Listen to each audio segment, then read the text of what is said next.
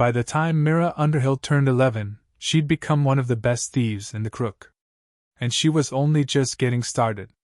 5 years in the Crook had taught Mira Underhill more than any school ever could. She'd learned that humans walking in pairs were harder marks than those alone. That merchants counted their coin at the end of the day, which meant midday was the best time to strike. That the city guard rarely bothered with petty theft in the Crook. They had bigger problems, and halflings were easy to dismiss. She'd also learned that being underestimated was the greatest gift her small stature could give her. At 15, Mira stood barely 3 feet tall, with a round, innocent face that still carried a hint of childhood softness. She used it ruthlessly. A stumble here, a wide-eyed apology there, and people never noticed her fingers slipping into their pockets or her hands palming items from market stalls. But the Crook had its hierarchies, and Mira had reached a ceiling. The real money, the jobs that paid more than a few coppers, belonged to the Velvet Hand, the crime syndicate that controlled most of the illegal trade in Millhaven's lower districts. For years, Mira had operated on the fringes, careful not to step on their territory, taking only what she needed to survive. That changed the night she stole from the wrong person. His name was Kedrick, and he was a lieutenant in the Velvet Hand. Mira didn't know that when she lifted the leather purse from his belt in a crowded tavern. She only knew he looked drunk enough to be careless, and wealthy enough to be worth the risk. She made it 3 blocks before they caught her. 2 men emerged from the shadows, moving with practiced efficiency. One grabbed her arm while the other retrieved the purse. Mira didn't struggle, she'd learned that lesson early. Fighting only made things worse. They brought her to a warehouse near the docks, a sprawling building that smelled of salt and rotting fish. Inside, lamplight cast long shadows across stacks of crates and barrels. Kedrick sat in a chair at the center of the space, his face no longer showing any trace of drunkenness. "A halfling thief," he said, his voice flat. "How quaint." Mira said nothing. She kept her expression neutral, her body relaxed. Show fear, and they'd exploit it. Show defiance, and they'd make an example of her. Kedrick studied her for a long moment, then laughed, a short, sharp sound. "You're either very brave or very stupid. Do you know who I am?" "Now I do," Mira said.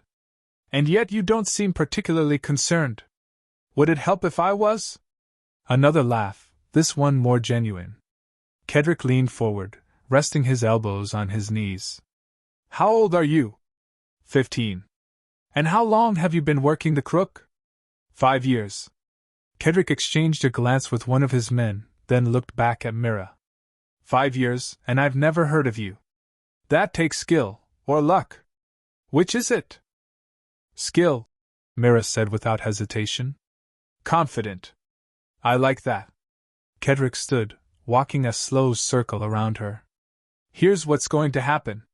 You're going to work for me now.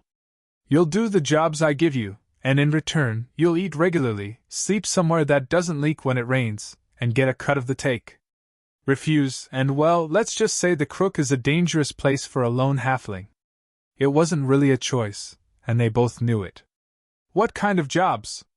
Mira asked. "The kind that require someone small, quiet, and good with their hands."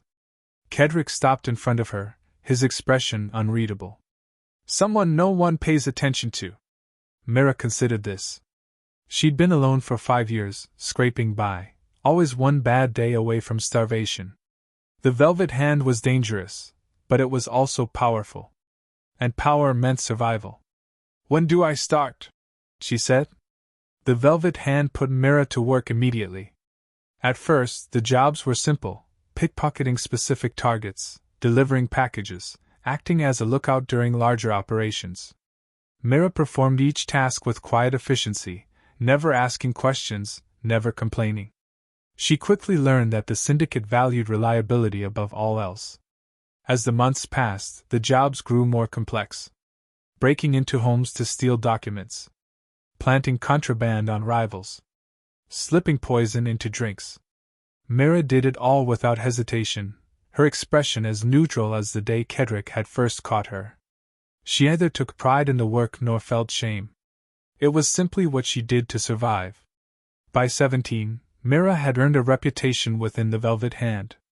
She was the one they called when they needed someone who could slip past guards, pick locks, and disappear without a trace. She was efficient, discreet, and utterly dependable. She was also becoming harder. The girl who'd once felt fear and loneliness had learned to bury those emotions. They served no purpose. Fear made you hesitate. Loneliness made you weak.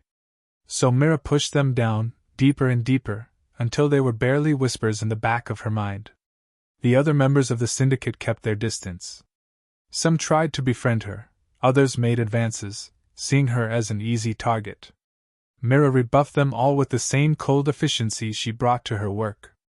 She had no interest in friends, and even less in lovers. Trust was a luxury she couldn't afford. But her detachment caught Kedrick's attention. "You're wasted on petty theft," he told her one evening, pouring himself a drink in his office above the warehouse. "You've got potential for bigger things." "Like what?" Mira asked. "There's a job.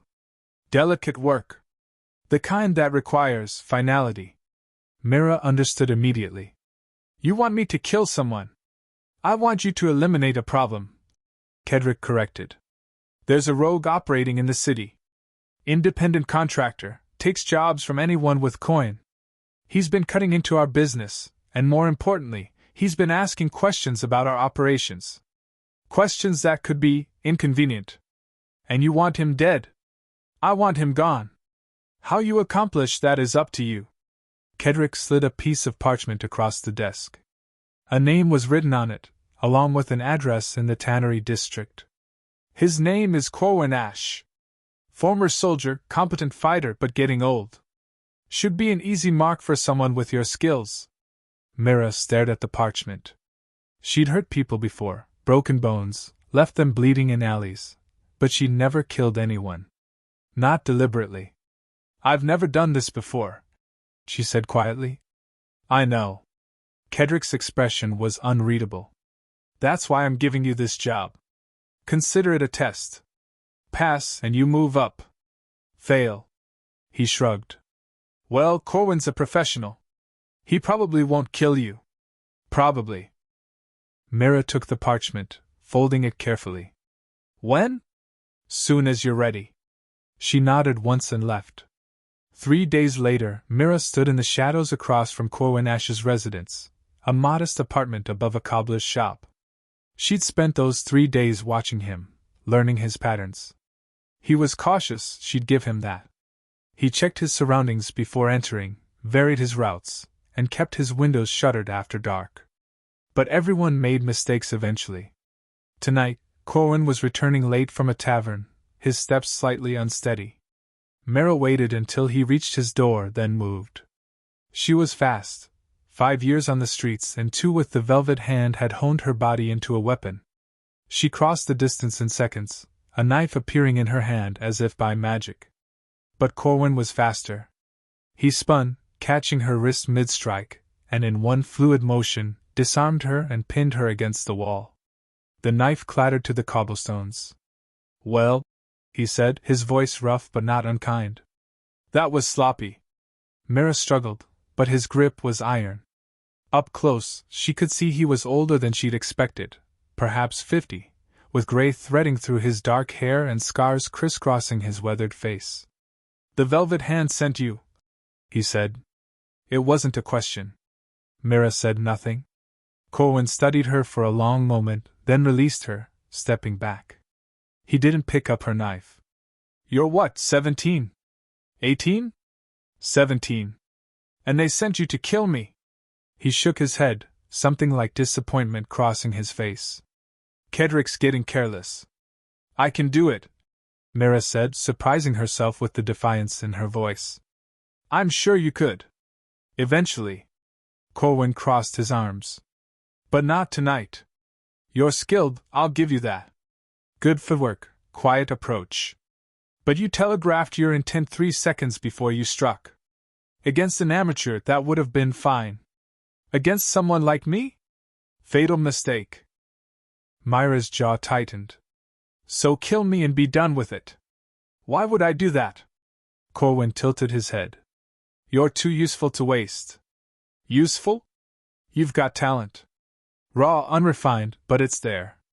The Velvet Hand is squandering it on errands and muscle work. He paused. What's your name? Mira. Mira Underhill. Well, Mira Underhill, I'm going to make you an offer. You can go back to Kedrick and tell him you failed, and he'll probably have you killed for incompetence. Or, he smiled faintly, you can stay here, and I'll teach you how to do this properly. Mira stared at him.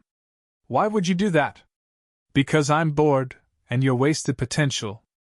Also, he added, his smile fading, the Velvet Hand has been a thorn in my side for too long.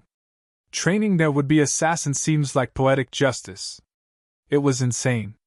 He just disarmed her effortlessly, and now he was offering to train her. Mira's instincts screamed that this was a trap, that he wanted something from her, something she wouldn't want to give. But those same instincts also told her that Corwin Ash was telling the truth. What do you want from me? She asked carefully. Nothing you're not willing to give, Corwin said. I'm not interested in you that way, if that's what you're worried about. I'm a teacher, nothing more. You learn, you improve, and when you're ready you walk away. Simple. Mira considered this. The logical choice was to refuse, to return to the Velvet Hand and face whatever consequences came. But logic had never served her particularly well. Fine, she said. Teach me. Corwin nodded, picking up her knife and handing it back to her. Lesson 1, never drop your weapon. Lesson 2 starts tomorrow at dawn. He turned and walked into his apartment, leaving the door open behind him. After a moment's hesitation, Mira followed. Dawn came cold and gray to Millhaven. Mira woke on a thin bedroll in the corner of Corwin's apartment, her body stiff and her mind alert. She barely slept, spending most of the night watching the door, waiting for the trap to spring. But Corwin had simply gone to his own room and shut the door, leaving her alone. She still didn't trust him.